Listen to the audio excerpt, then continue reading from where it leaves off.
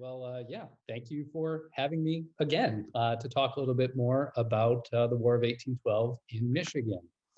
So I'm just going to share my screen and hopefully everybody can see my nice PowerPoint here.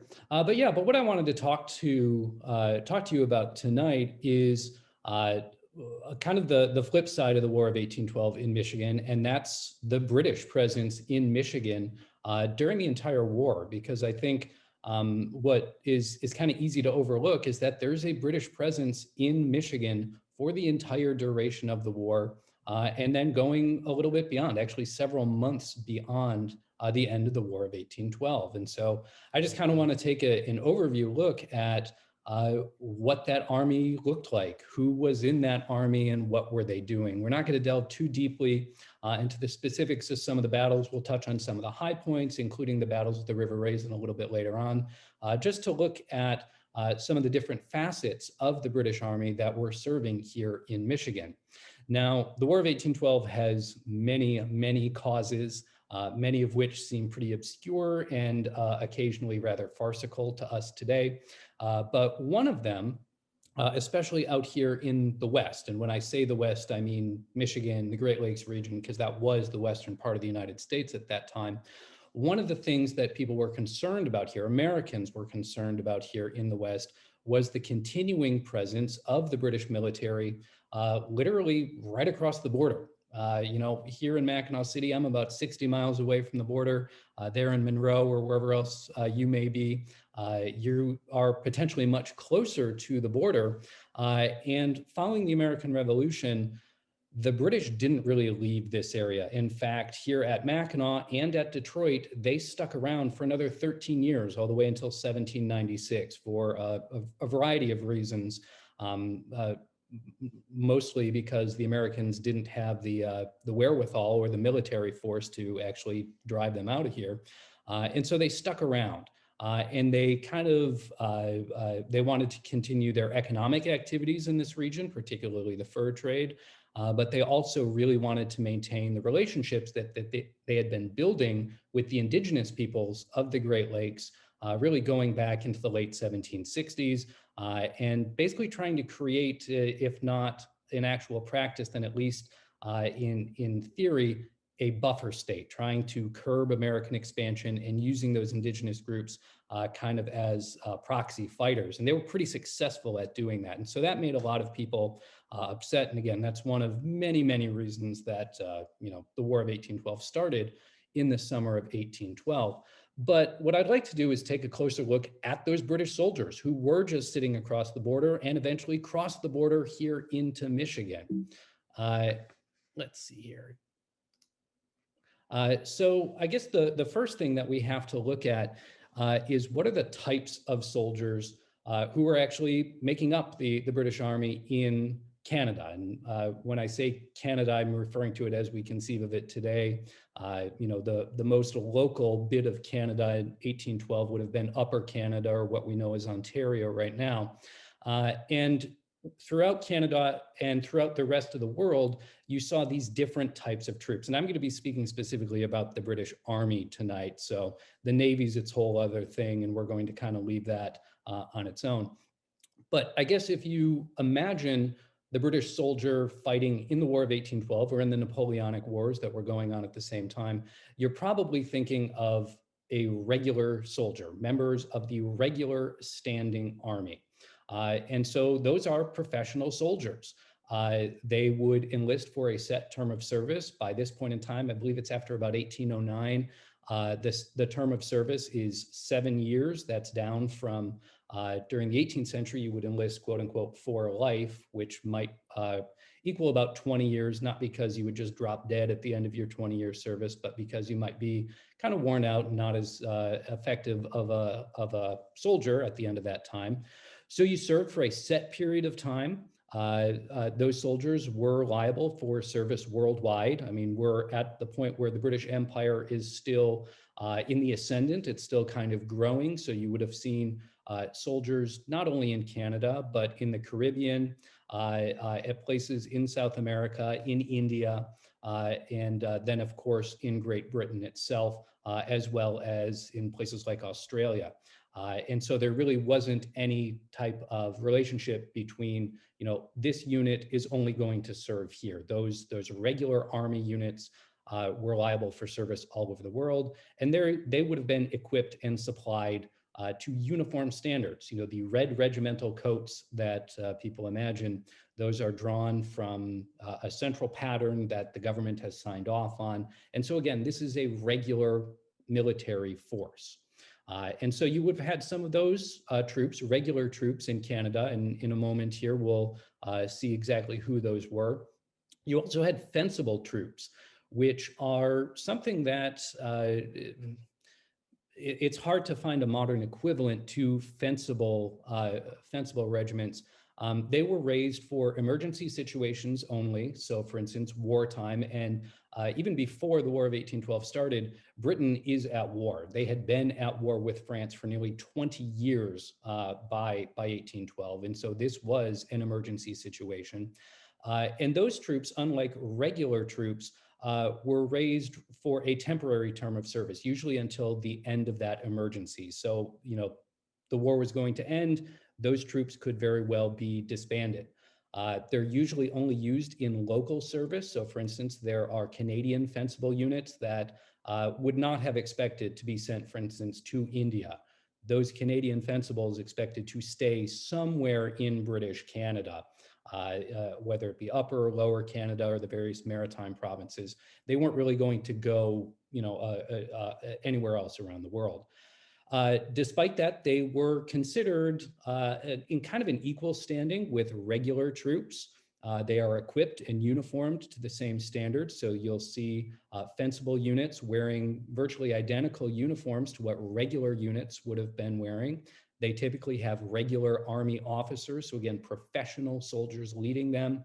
And occasionally they would be taken onto the regular establishment. And so they may have been granted a more permanent status. So for instance, the New Brunswick Fencibles, again, one of these units raised out along the Atlantic coast, was brought onto the regular establishment as the 104th Regiment. And then you have this third group of soldiers, again, present in Canada and elsewhere around the world, where you saw, basically wherever there were British people, and that's the militia. And these were called out only for local defense and really only on an as-needed basis. They are typically, again, just a defensive force. They are typically not used offensively. In militias, for instance, in the United States, you actually see the militias themselves really resisting being used as an offensive force. It's not so much true in the British sense, but the idea that they really clung to is that they truly were only for local defense. Now, in Canada, you had a couple of different types of militia. You had the sedentary militia, which was essentially every able-bodied man. If you were something like between the ages of 16 and 60, you were considered part of the sedentary militia that could be called up. And then there was also the embodied militia, and those were groups that actually had been called into service and were actually serving.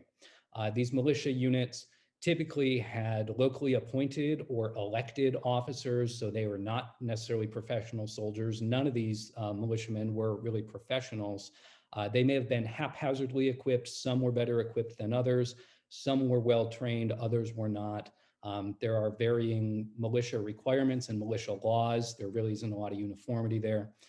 And so the militia is kind of a mixed bag. Sometimes they are very effective.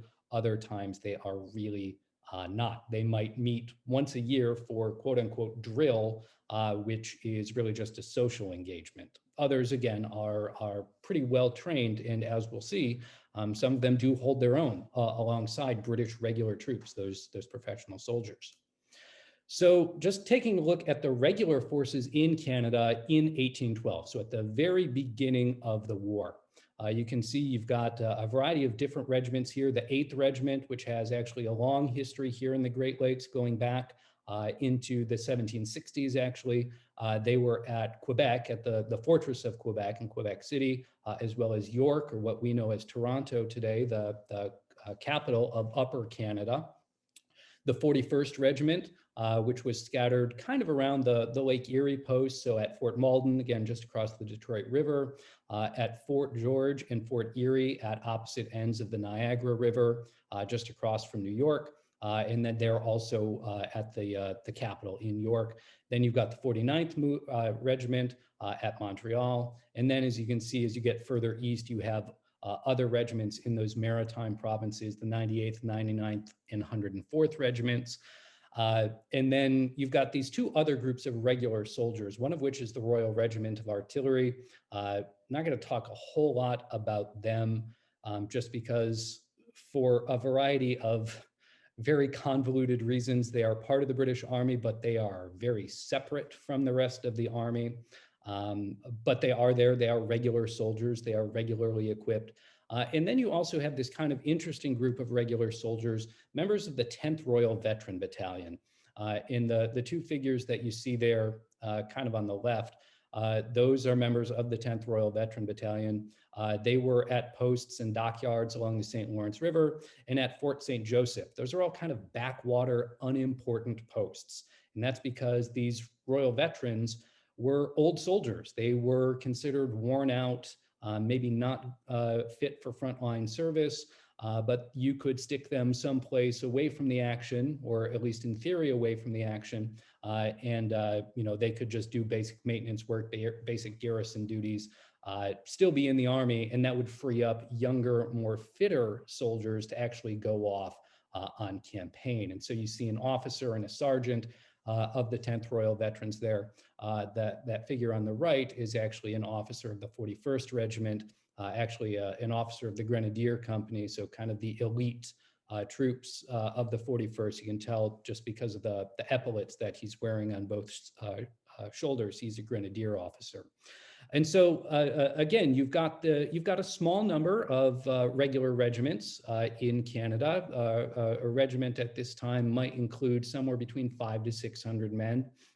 And so you do have a small contingent of regulars, but then supplementing them, if I can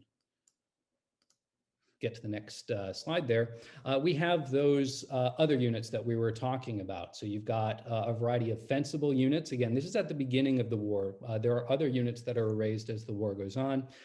There's the Canadian Regiment of Fencible Infantry, the Canadian Voltigeurs. Voltigeur is kind of an old-fashioned, very fancy word for light infantrymen. So they were expected to be employed as skirmishers, as scouts, to use slightly different tactics than the regular line infantry. There's the Royal Newfoundland Regiment of Fencible Infantry, the Glengarry Light Infantry Fencibles. You see an officer of the Glengarries there on the left of the screen. And as I was mentioning, these units, in many ways, although they are temporary and local, they're treated more or less as regular soldiers. So this uniform that you're seeing here, that's identical to the uniform of the 95th Regiment, a very famous rifle regiment. And they just basically copied it wholesale. Moving away from the fencible units, there are a whole variety of different militias. Basically, every locality, every kind of county might have its own militia. So we'll talk a little bit more, for instance, about the Essex militia and the Kent militia a little bit later on tonight. And again, those are equipped and led really across a spectrum of professionalism. Then, of course, you have all of the native people in their incredible variety, incredible diversity of Native American groups here in the Great Lakes region. The vast majority of them were aligned with the British for reasons that we'll talk about.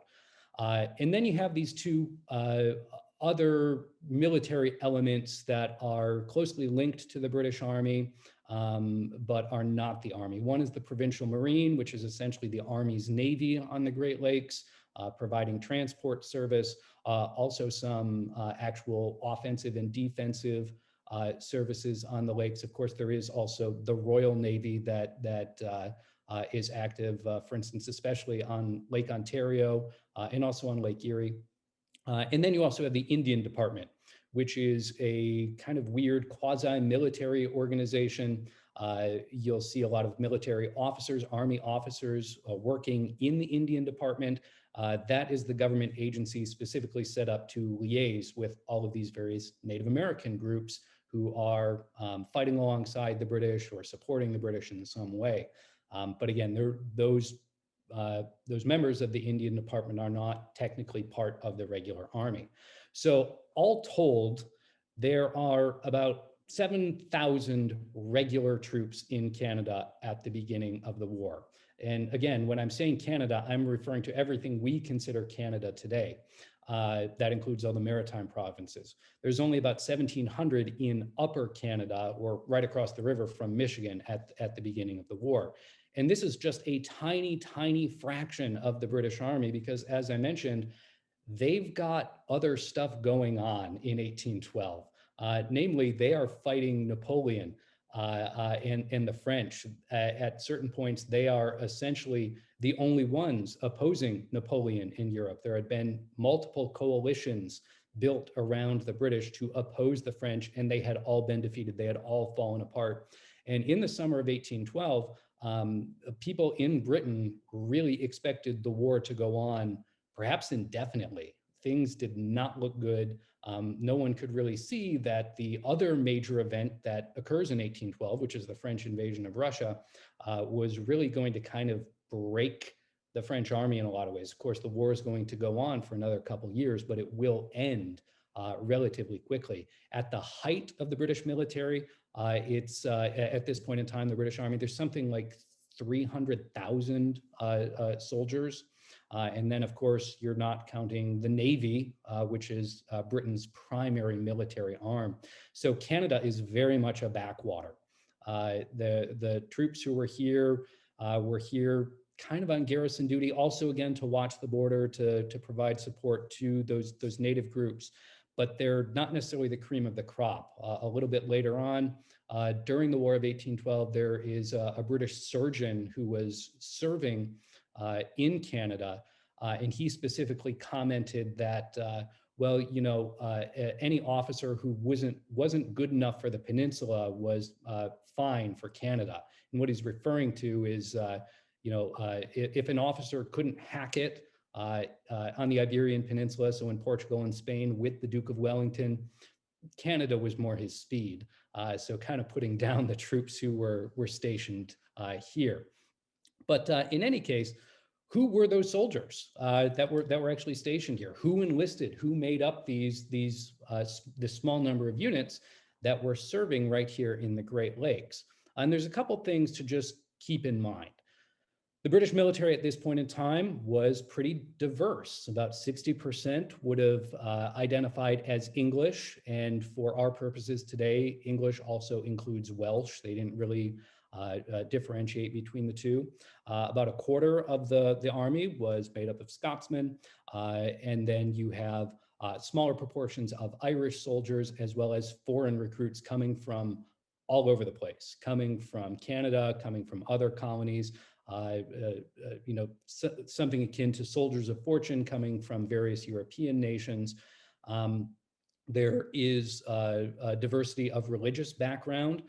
You know, they're primarily Protestant, primarily Anglican, but there's a growing number of what would have maybe been considered radical religious backgrounds, things like Methodists. They are growing in strength in the army.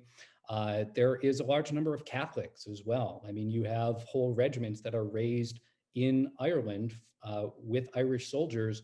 It's a pretty good bet that most of those soldiers would be Catholic. And this is pretty interesting because at this time, there's still a very strong anti-Catholic bias just in British society, in American society as well. But those men were still enlisting. They still were welcomed into the army. Most of those soldiers, regardless of their national background, their religious background, they are mostly from urban areas, and they enlisted for a variety of different reasons. A big one looking at enlistment records is just a desire to change their situation. If you're looking at records, they might say, I wanted to change something as simple as that. I wanted to get away from my family. I wanted to get away from my wife. I wanted to get away from debt. I just wanted some sort of change. Some people were enlisting for adventure and excitement. That old idea of military glory. And what you're seeing on the screen there, this is a recruiting party. With an officer and a drummer kind of really selling this idea of adventure and perhaps fun. You can see some guys kind of fencing there with sticks, just kind of playing around as this recruiting party moves on. There is also an economic incentive to enlist. The early 19th century is a time of rapid industrialization that had been going on for a while at this point in time. And people who were skilled laborers who may have been working in some sort of cottage industry, so like weavers or millers or something like that, they increasingly found themselves replaced by machines. And so there is an economic driver putting people, maybe the army is all they feel that they have left. Occasionally, enlisting in the Army is offered as an alternative to a prison sentence or transportation. So maybe someone who had been convicted of a crime would be offered the opportunity to enlist rather than being shipped to Australia, to a penal colony. And at this point in time, during the War of 1812, patriotism is actually a greater driver than at other times because, again, the British really feel that they are locked in a death struggle with the French. It's their old enemy, their traditional enemy, right across the channel. And so patriotism truly is a driver, much more so than in peacetime. But again, I don't want to oversell patriotism because it always is kind of low on the hierarchy of motivations for soldiers. But I guess one thing to really remember, and this goes against a lot of what we are told in the United States about British soldiers, whether they be from the Revolution or from the War of 1812, these men were all volunteers.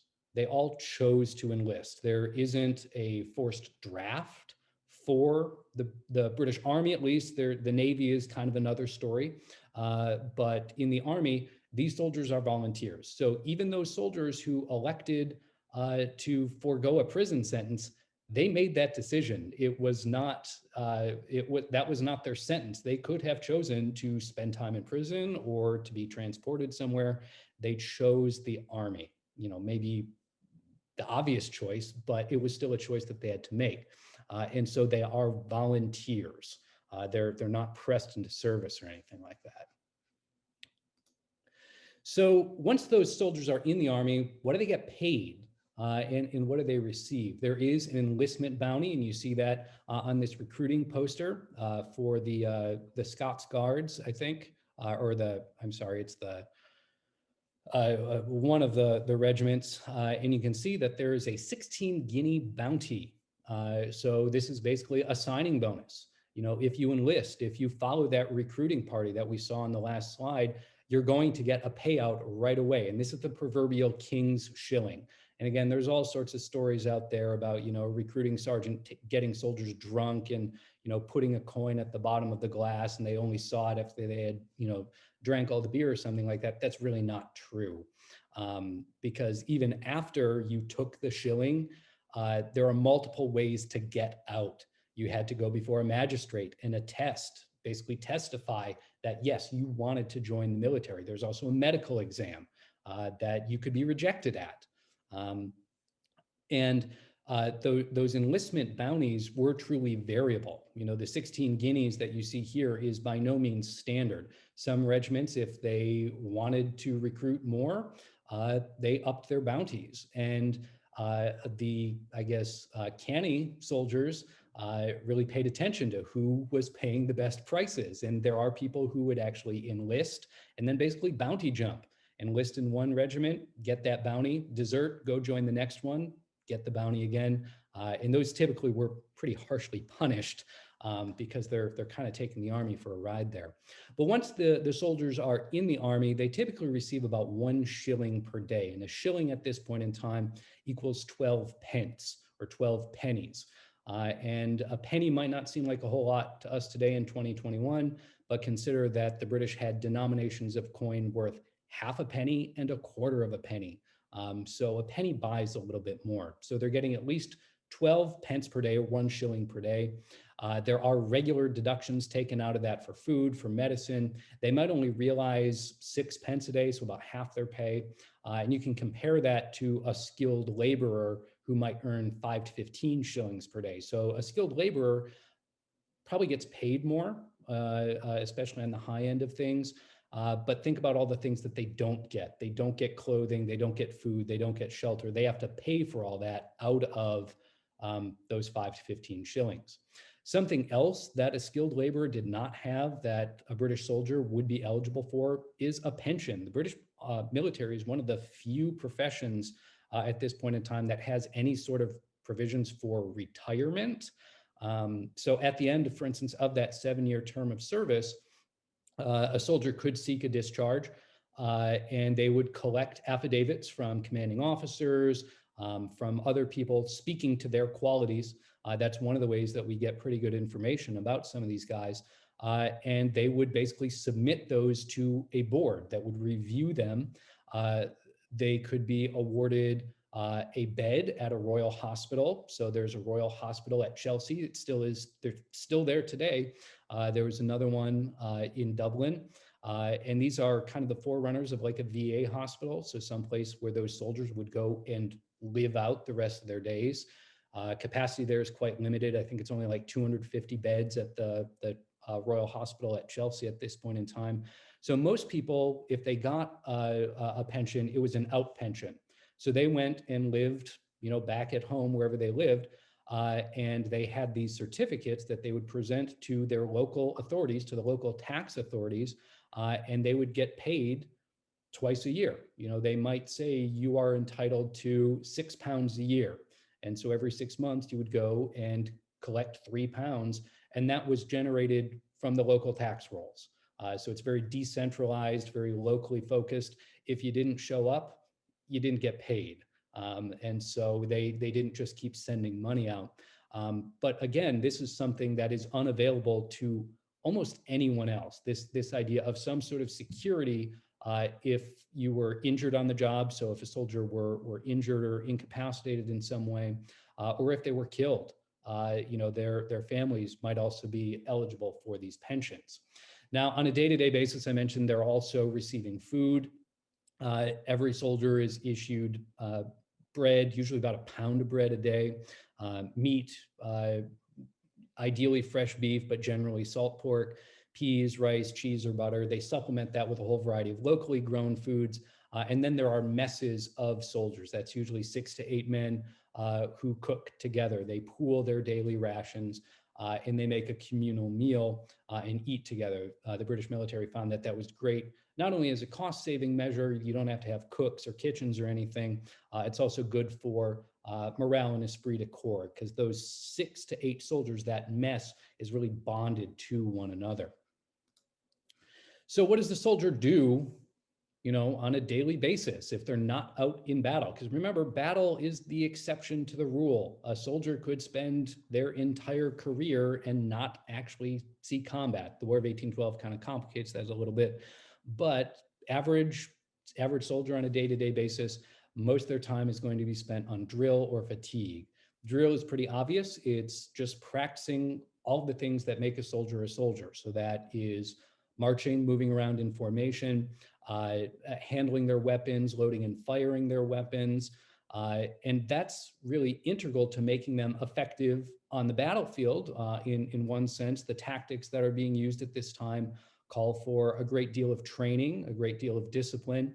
The tactics that they're using might appear stupid to us today with our familiarity with 21st century weapons, but they actually make a lot of sense when you consider that the muskets that these soldiers are carrying can be relatively inaccurate and can be relatively unreliable. How do you overcome those shortcomings? You put them in the hands of soldiers, a lot of soldiers who know how to function as a group, as a cohesive whole, and how to do things very quickly. And so that's the real value of drill. On the bottom there, you see this historic illustration, an officer training men. The guy standing out front in white is a Fugelman, who's basically like the example. He steps out front, he's an experienced soldier, and he demonstrates everything, and everybody else kind of copies him, and that's how they train. And again, they might be training for several hours a day.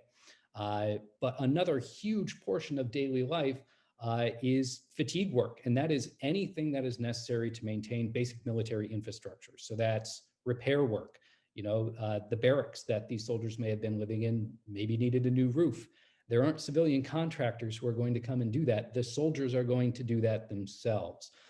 So building and repairing fortifications is a massive responsibility. Maintaining roads. Often the military in Canada is the only body that is improving transportation infrastructure. So they're cutting roads, they're building dockyards. And then once those things are built, they are also guarding them. We talked about the 10th Royal Veteran Battalion. They're stationed at dockyards, specifically to provide a security force there. So again, this takes up a great deal of the soldiers' time, at least in peacetime, so in the period immediately before the war.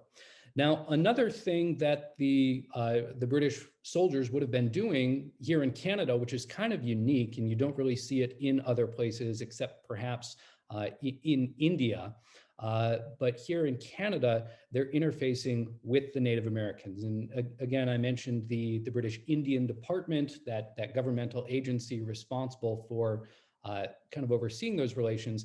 But a lot of times the one-on-one interaction, the day-to-day interaction, that fell to regular soldiers, whether they be officers or enlisted men.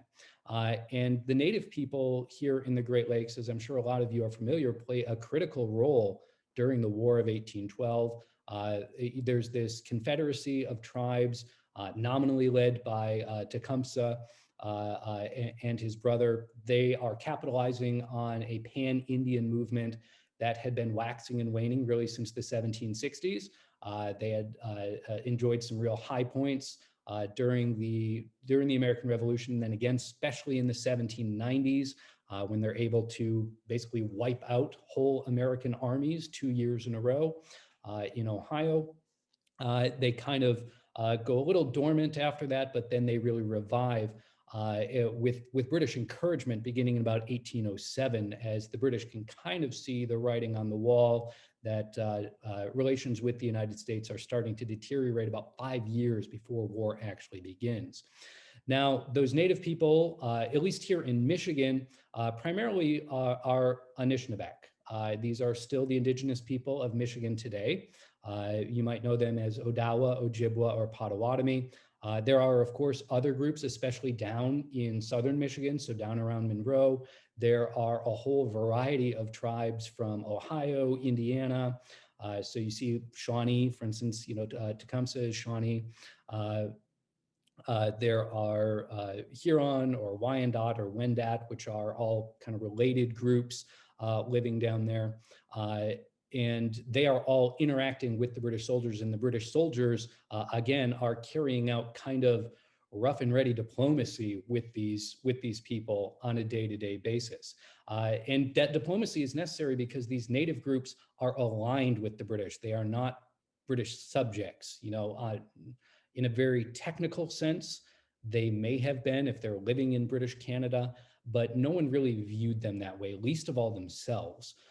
They rightly viewed themselves as sovereign people, and they merely shared a common goal with the British.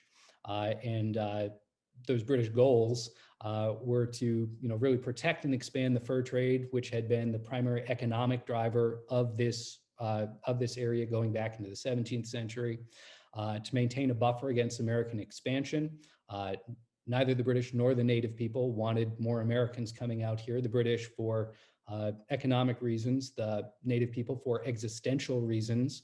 They knew what happened as Americans moved west and moved on to the traditional homelands of other indigenous people. And they didn't want that happening here.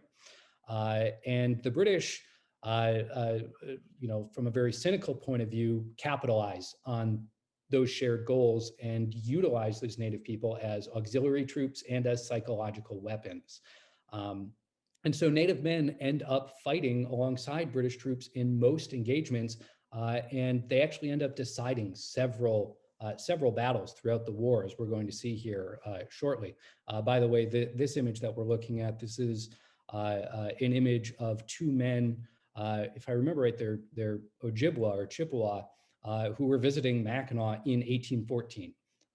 And you can see some of the things that they're wearing, they would have received in trade, either with British merchants, or some of those may have been things that were given to them as diplomatic gifts, either by regular Army officers or by Indian Department employees.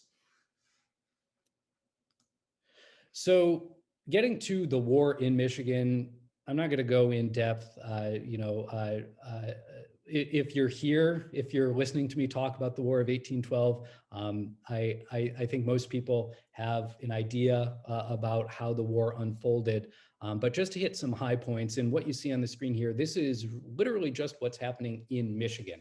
There's very important stuff, for instance, happening in Ohio that's directly related to this, very important stuff happening in New York. But this is just what happens in Michigan. So U.S. declares war in June of 1812. Again, the United States declares war. People will sometimes say, oh, the War of 1812 is the second war of independence. We had to redeclare our independence, as if the British had somehow decided to strike back and come and invade, when in fact, one of the first things that happens anywhere during the war is an American invasion of British territory launched from Detroit. William Hull, who is the territorial governor and also placed in charge of the military, the American military forces in the Michigan territory, invaded Canada. That was a part of what was supposed to be a multi-pronged assault on British Canada. The Detroit one is the only one that actually takes off and actually gets into British territory.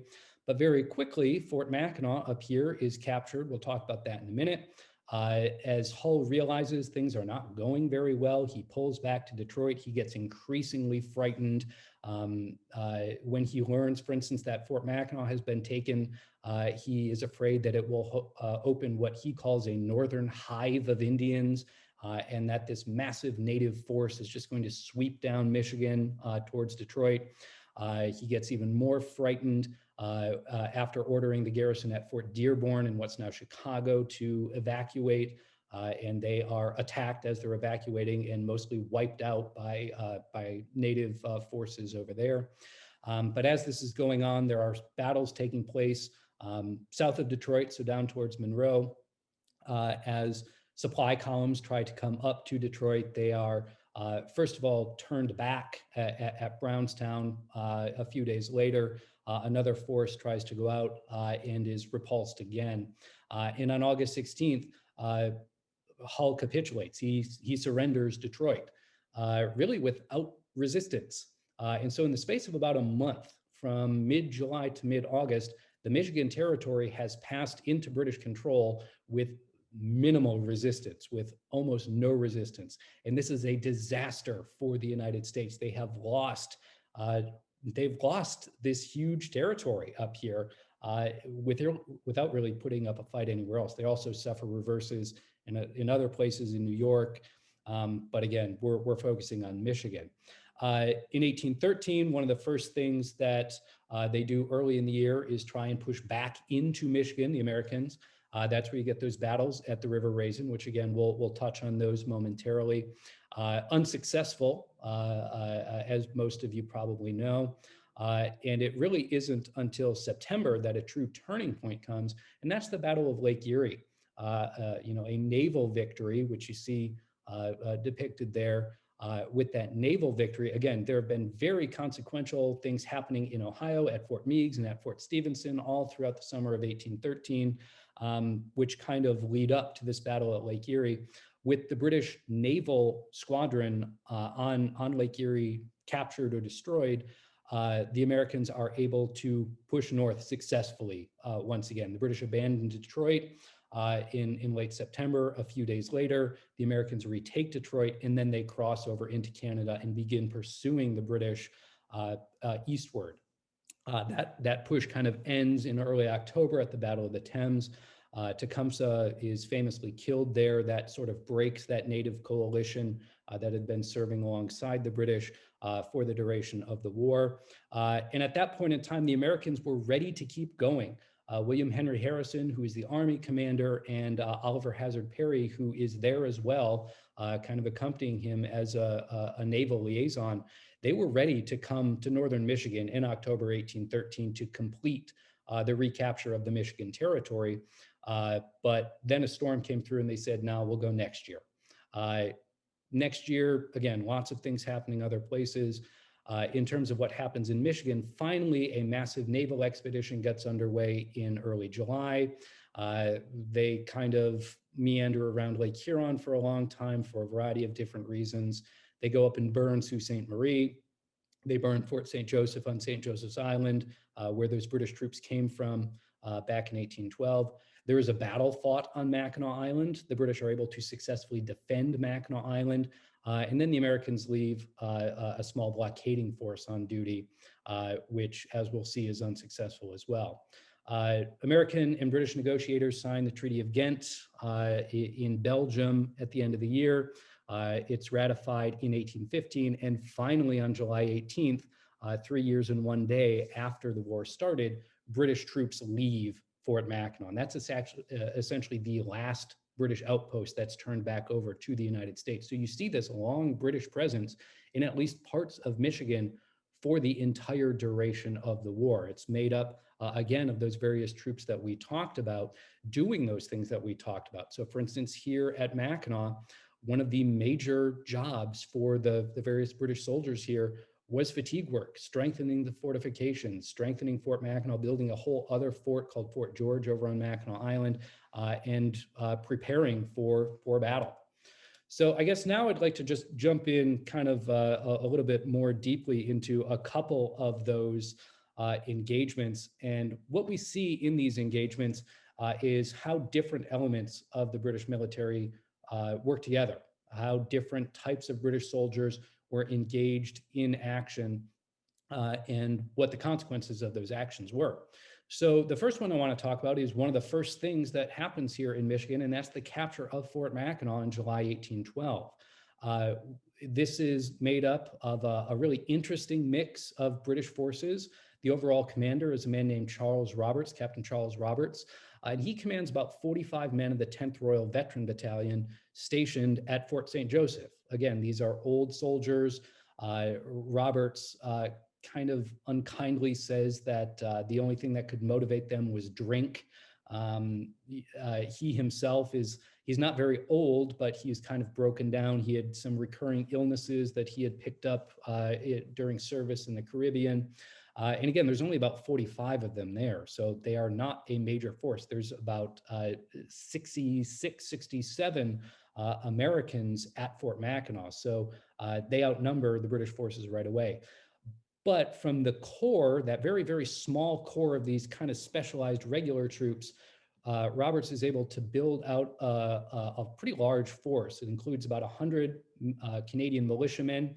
These were mostly members of the Northwest Company, so they were fur trade company employees who just happened to be there, again, embodying the militia. These are not professional soldiers, but the decisive factor truly are the 200 to 300 Native Americans from not only the tribes here in Michigan, so not only Anishinaabe, but there are Menominee and Ho-Chunk people coming from Wisconsin. There are Dakota people coming from as far away as the Dakotas, all gathered together under this kind of nominal British command. And that had been going on since February. The British, Charles Roberts, was organizing this beginning in February, and finally in early July learns that a war is on, and gets the approval to go very quickly on July 16th.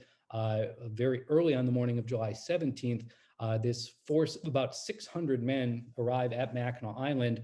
They marched overland, took the high ground behind Fort Mackinac. If you've been to Mackinac Island, Probably not up on top of the hill where Fort Holmes is today.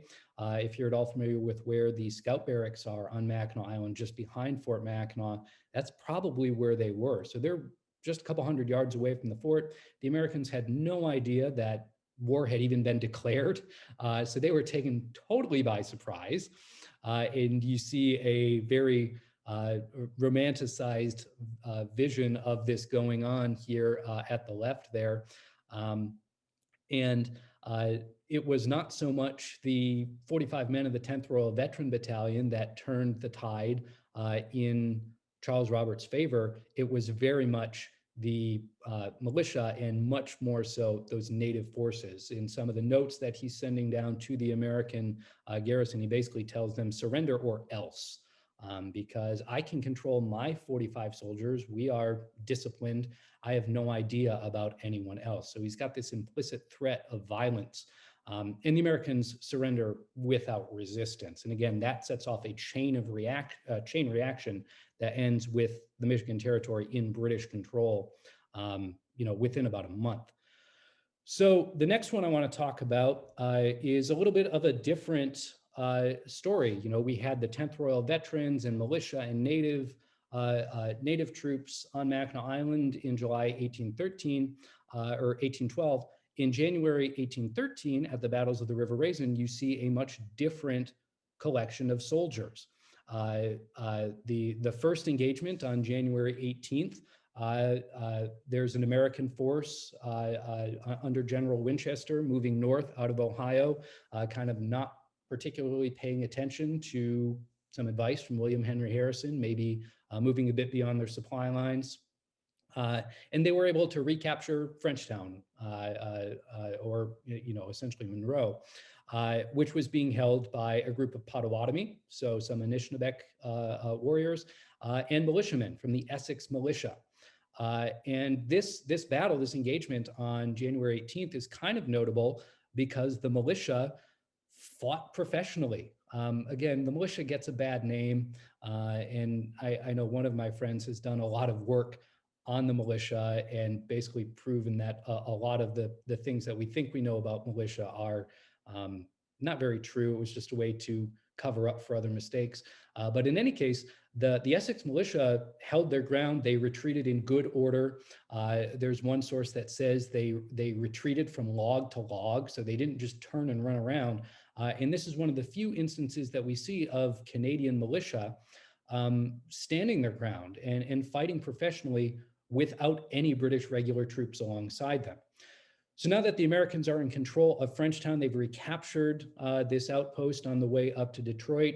The British strike back in force, and Brigadier General Henry Proctor, who is in command of the British forces in this part of Upper Canada and the Michigan Territory, strikes back in force with regulars and fencibles. So he brings about 600 men from the 41st Regiment, who would have already been stationed there at Amherstburg, as well as members of the Royal Newfoundland Regiment, who again are equipped and trained as regulars, and they're able to surprise and rout the Americans on January 22nd. You see that that map of the battle there at left, and you can see how the British were arranged with the regulars in the center, with militia and Indians on their flanks. And they are able to drive the Americans away. And then what becomes infamous, at least in American circles, is as Proctor very quickly withdrew, he thought that there might have been more American forces coming up. There were a lot of American wounded left behind. There were American prisoners of war left behind. Some of them, not all of them, some of them were killed by some of the native men allied with the British. And so this in turn becomes a rallying cry for the Americans, especially at the Battle of the Thames. Remember, the River Raisin is kind of a battle cry.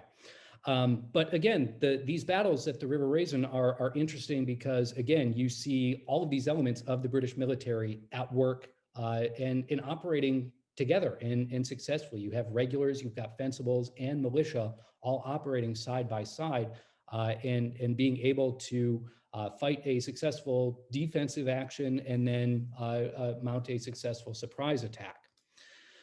Now, back up on Mackinac Island, In the summer of 1814, again, the Americans attempt to retake what's still in British hands in the Michigan Territory. That expedition falters for a variety of reasons: poor planning, poor supplies, conflicts of interest amongst the American High Command. But when they do finally get to Mackinac Island in early August, there is an array of British forces waiting for them. And those are under the overall command of Lieutenant Colonel Robert McDowell, who is actually an officer of the Glengarry Light Infantry. He's probably the only member of that unit there, so a fencible unit. And again, fencibles make up the bulk of the British forces on Mackinac Island. There aren't really any regular troops present, apart from a small detachment of the 10th Royal Veterans and about a dozen men of the Royal Artillery. Everybody else is members of the Royal Newfoundland Regiment. There are some Michigan fencibles there, so kind of a locally raised fencible unit. Again, I've mentioned more of them pop up as the war went on. And then there's about 350 Native Americans. And this is a decisive American defeat. The British win this one very decisively after about an hour and a half of fighting. And here again, you see these disparate elements of the British Army, the British military in Canada, working together to successfully prosecute this action. And then one of the last things that happens here in the Great Lakes are a couple of small boat actions on Lake Huron. If you go on Wikipedia, it terms them the engagements on Lake Huron. They don't really have a name. But here we see an interesting example of inter-service cooperation, because after that battle on Mackinac Island, the British or the Americans, if they're defeated on land, they figured Mackinac's an island, we can starve them out. And so they left a couple of vessels from the Lake Erie fleet, two schooners, the Scorpion and the Tigress, on blockade duty initially over in Georgian Bay. They abandoned that blockade pretty quickly and attempted a close blockade up here in the Detour Passage. But in early September, a Royal Navy officer named Miller Worsley partnered with an officer of the Royal Newfoundland Regiment named Andrew Bulger and proposed a small boat action, essentially a cutting out action to McDowell, and he approved. And so there was a small contingent of Royal Navy sailors. There was a larger contingent of men from the Royal Newfoundland Regiment. They rowed from Mackinac Island essentially up to Drummond Island and were able to capture both vessels, took them completely by surprise. And what you're seeing here is a painting that McDowell actually commissioned in about 1820, depicting those captured schooners being brought into Mackinac Island. If you look closely, you can actually see the British flag is flying above the American flag. The guns at Fort Mackinac are firing a salute. This painting, by the way, is now on display at our art museum on Mackinac Island. But this, again, is a really interesting example of the services working together. Lieutenant Worsley, that Royal Navy officer, he replaced another officer with the fantastic name of Newdigate Poins, who no one could work with him. McDowell basically said he was insufferable and no one would work with him. No one in the Army would work with him. When Worsley showed up, it was kind of like a breath of fresh air because he was so willing to work with Bulger, with McDowell, and mount this successful operation. And so, again, that's kind of the end of major operations for British forces in Michigan during the war. But in each one of those three, at the River Raisin, at Mackinac, at Detroit, out on Lake Huron, again, you see these disparate groups of soldiers. They have some commonality, but again, they're regular soldiers, they're fencibles, they're militia, or they are, the really decisive factor in all of these, except this final boat action, truly are the native people that are liaising with the British. And so those soldiers who were here, again, represent kind of an interesting cross-section of the British military at that point in time. Their experiences represent something that's also maybe unique. You know, you're not necessarily going to find fencible units fighting, for instance, in other places, during the Napoleonic Wars. You're definitely not going to see British soldiers interfacing with Native people like they are in Canada here. And so it's the war in Canada for those British soldiers, it kind of makes them unique.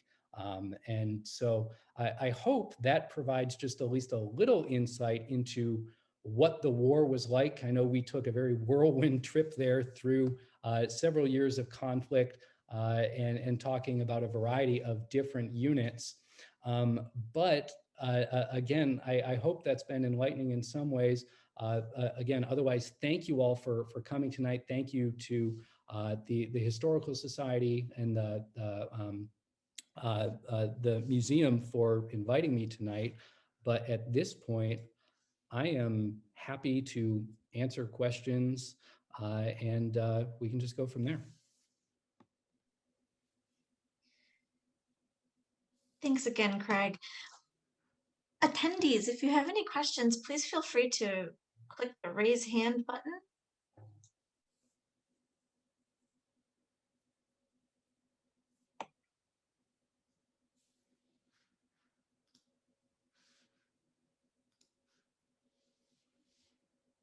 Jean?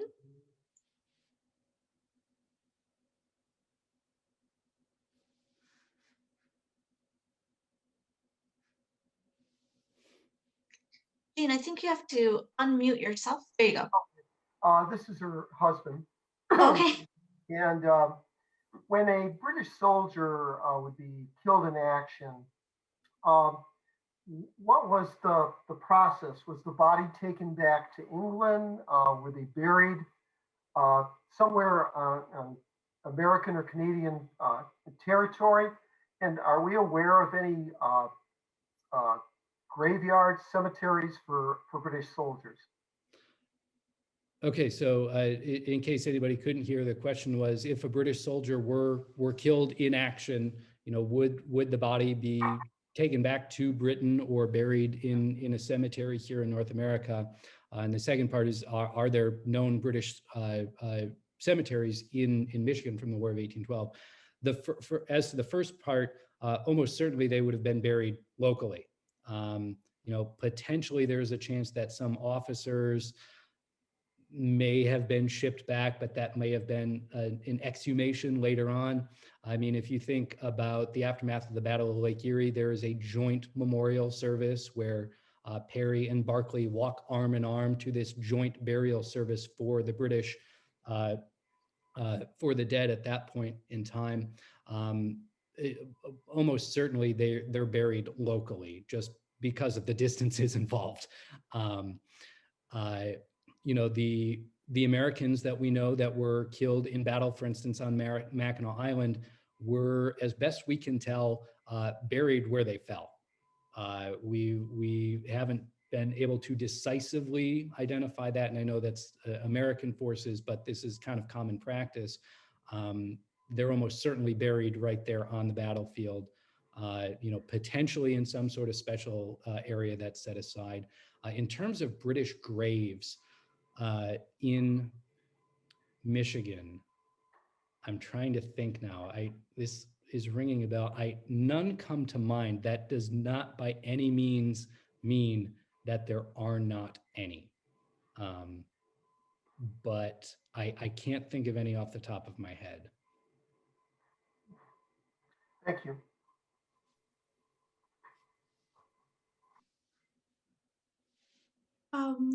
William? Hi, I'm just wondering if you have any good suggestions on sources for pre-revolutionary Michigan history. On Michigan specific history, I can, a lot of what's out there as kind of comprehensive stuff is not necessarily European. I can make some recommendations based on indigenous history. Please. So Rites of Conquest, which is just an overall history of Native people in Michigan. And then there's a relatively new book called Masters of Empire by Michael McDonnell. That's a little bit more focused on what the Anishinaabe here in northern Michigan were doing, specifically the Odawa. So that's a great resource for us because the Odawa are our most local people here in northern Michigan. You know, as you're looking for European sources, it gets pretty diverse because you know, prior to the revolution, it's primarily French control. This is primarily French territory up until 1760. You know, there's a couple of things about Pontiac's War, the Anglo-Indian War of 1763. There's a book called Beyond Pontiac's Shadow by Keith Witter.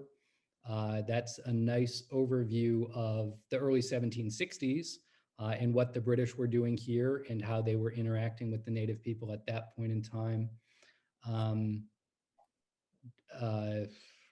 Yeah, general fur trade histories. You know, there's a book called Making the Voyager World by Carolyn Podrunkney. That goes into the 19th century, but it does provide a nice overview of how the fur trade here worked. And that's why everyone was here. That's why all those Europeans were here. That was the business that the indigenous people were in. So, you know, those are what I would recommend. Again, unfortunately, I don't know of good pre-revolutionary scholarship just about Michigan. Thank you. Yeah, I might recommend War Under Heaven by Gregory Dowd. Yep. I mean, it definitely touches on pre-revolutionary and goes on further. Could you repeat the title again, please?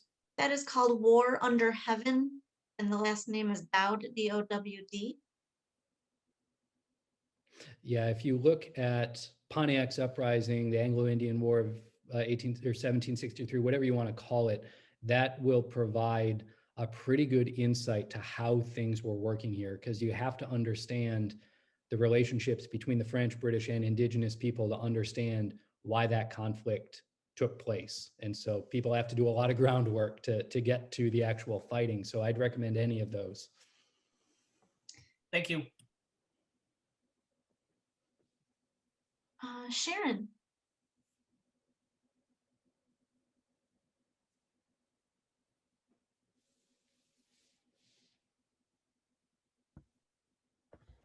Can you hear me? Yes. Yes. Okay. I typed my question. Do you have it in front of you or not? Okay, I'll just tell you. Yep. I believe I'm related to one of those young Redcoats. I have a record of in doing my family history of a young man, Patrick Cryan, who was from Sligo, Ireland, and he fought at the Battle of Stony Point outside of Hamilton, Ontario, near Beverly, Canada. And he disappears from the records, but I believe his brothers then came and settled there because he might have told them they were giving land away. And I traced my family to these brothers.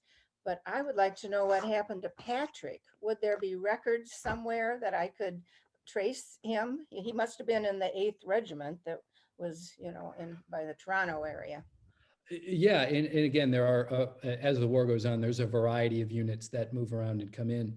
But you're exactly right. If he were, you know, killed in action, there is potentially a pension record.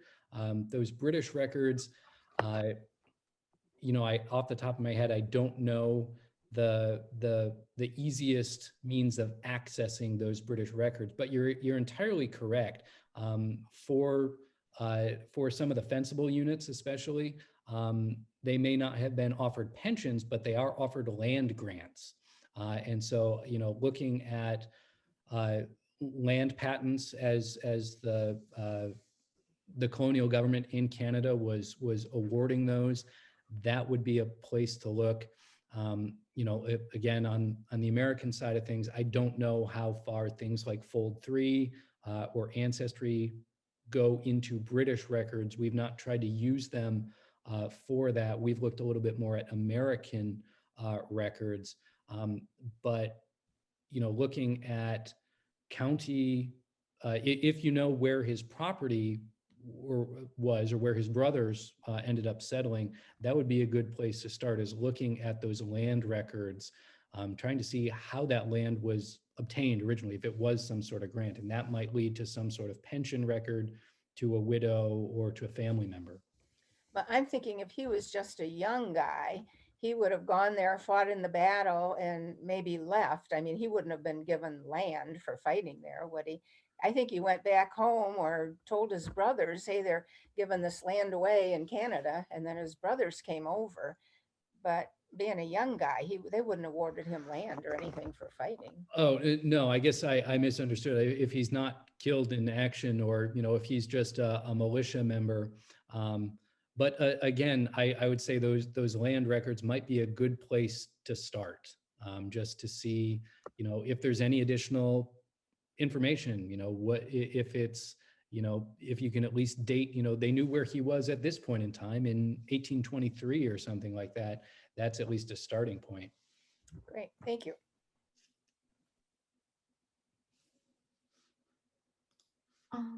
And Mary, you have a question? Yes, I'd like to know, did any of the soldiers bring their families with them when they came here? They could, yes. So I guess what we got to keep in mind is that those soldiers who were here already, so like soldiers from the 41st Regiment, stationed in the Detroit area and over near Niagara, they were already here. They weren't moved here, because the war broke out. There were units that came over later on. But in garrison, the British military wanted and encouraged and provided for a limited number of soldiers to have their families with them at the government's expense. And this is another cost-saving measure. It's another morale-boosting measure. In earlier times, it was something like 6 men per company, and a company is somewhere between 50 and 60 soldiers. 6 of those men might be able to bring their families with them at government expense. And also keep in mind, it's not like the modern military where you can expect, I will be at this station for the next 18 months, and then I'm going to rotate to another station for the next 18 months. They were just told, you are going to Fort Erie, and you're going to be there until we tell you to go somewhere else. But the women who came at the government's expense, so they paid to transport them over here when the regiment came over. They typically didn't receive wages from the military, but they were given a place to live. Sometimes those quarters were not especially great. If you've been to, for instance, Fort George, right across from New York in Ontario, you can go into one of the barracks buildings, and the married quarters are basically a blanket hung across one corner of the room, and that's your privacy for you and your family. But those women were given rations. Children are also given rations. Again, nobody's getting paid for this. At least the government wouldn't have been paying them. The soldiers would have been paying them because those women would function as laundresses.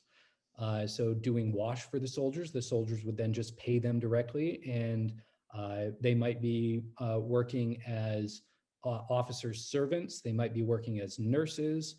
And they would be paid separately. So they're not receiving a wage like a soldier might, but they would be getting paid in those instances. And there's a good chance that that woman might end up making more than her husband. She might charge half a pence to wash a shirt, and there's 50 guys whose shirts you're washing. That adds up pretty quick. And so, yes, absolutely. There were families that were here officially recognized. Again, it's a way to save money. The government is essentially outsourcing all those support functions and getting the added benefit of having some stability and morale boost for a few of the soldiers. There were other soldiers who, had relationships and families after they were here. That's kind of frowned upon. There isn't a hard and fast prohibition against marriage. It's kind of left up to individual officers. But a lot of officers just kind of looked the other way because they realized separating men from their families was not good for morale. And, going back, for instance, into the 18th century, when the 8th Regiment, they got out to Canada in 1768 and they left in 1785, they're out here for 17 years. when they went back to Britain, there are other people watching them who said that it was mostly women and children. There were so many children that one observer said they must have bred like rabbits while they were out here. So yeah, there's absolutely families with the Army. Can I also ask, what is the origin of the word fencible? I don't know. I don't know. You see it used very commonly in Britain. There are fencible units in Britain that are raised during this time specifically to combat a potential French invasion. And again, these are kind of these local units that are raised for emergency situations. You know, there's a couple times in the 1790s and then a little bit later on when there's a threat of an invasion. But yeah, I don't know the etymology of the word itself, unfortunately. All right, well, Looks like thank you very it's- much. It looks like it's Scottish, meaning of a man capable of defending or bearing arms for his country. Okay, thank I'm you. glad your internet worked because I'm trying to pull it up on my phone here too.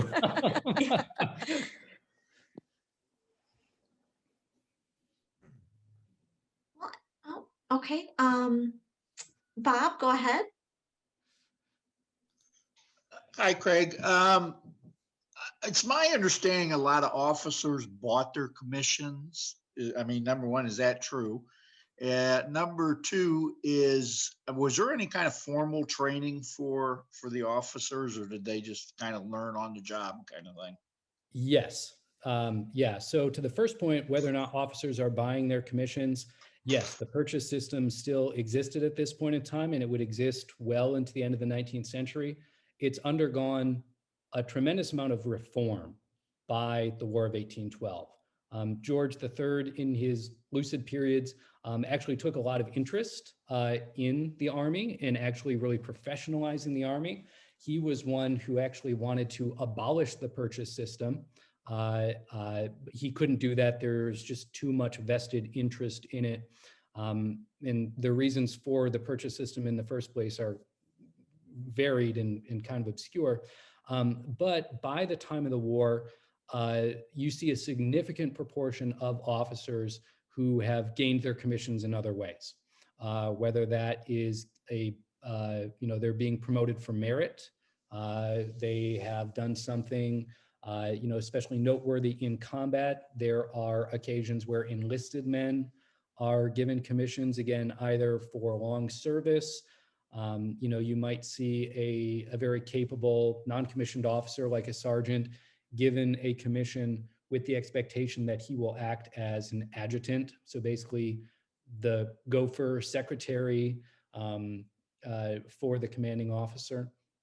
But there is still that system in place where you would pay a set fee. It's again very standardized by this point in time. So a lot of the abuses that people imagine about it, where you have your 6-month-old son and you buy him a regiment, you buy him a colonelcy in a regiment, and he's 6 months old. That's not really happening anymore. In terms of training for officers, you're exactly right. They're primarily learning on the job. The only officers who received formal training were artillery officers and engineers. They would go to the academy at Woolwich, and those were highly technical branches. And all officers in the artillery and the engineers graduated from there. You couldn't purchase in those branches, but in the infantry and in the cavalry, you're expected to learn as you go. Again, you're in the second continuous decade of warfare at this point in time, so there's a lot of opportunity to learn as you go. But there are also accounts of officers basically working with a sergeant, basically saying, technically I outrank you, but you need to teach me everything. There are lots of books that are published, military guides, military manuals, a lot of them self-published by other officers And so if an officer wants to do well and maybe get one of those promotions for merit or for accomplishment, he would do well to read up on things. Thank you. And let's do one more question from Betsy. Hello. Hello. I was particularly interested when you mentioned the Essex militia, because that's where I'm from. I'm Canadian, and I'm in the area of Essex militia here. And I accessed our local history book that was published, a very comprehensive history of the area by the local historical society. And they talk about in the War of 1812 that one of the major problems faced by the British was that the local militiamen were weary of their conflict after suffering from the effects of the American Revolution. Many who came here to Essex were loyalists, and they came after the revolution and settled. And there was an interesting little vignette that said, in 1813, in the fall, when the British were in Amherstburg, the militiamen from Colchester and Gosfield applied to General Proctor for permission to return home to harvest their crops. He denied their permission, but they left carrying their belongings with them. And he sent orders for them to return at once. And they said they would only do so after the crops were harvested and not before. He threatened them, saying he would send Indians to bring them or their scalps to the British camp. And so they harvested in squads and trained their children to watch out for the British or the Indians coming back. And I'm thinking, was it a big problem with militiamen needing to feed their families during the wartime? Yeah, and again, you see that on both sides. You see that on the American side, where they're not professional soldiers. This is very much a part-time thing, and the situation might be different if their homes, their communities were the things being directly threatened.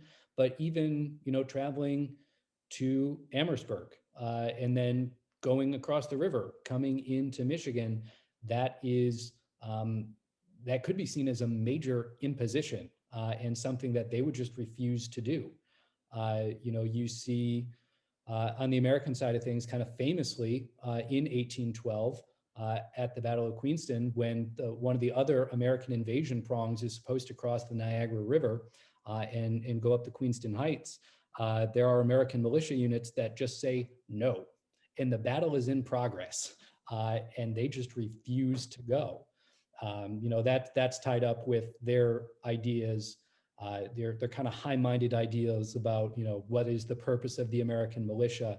But at other times, you see they just don't want to. I was talking with one of that same friend that I mentioned, who has done a lot of militia work today, and during the American occupation of this part of Upper Canada in the winter of 1813, 1814.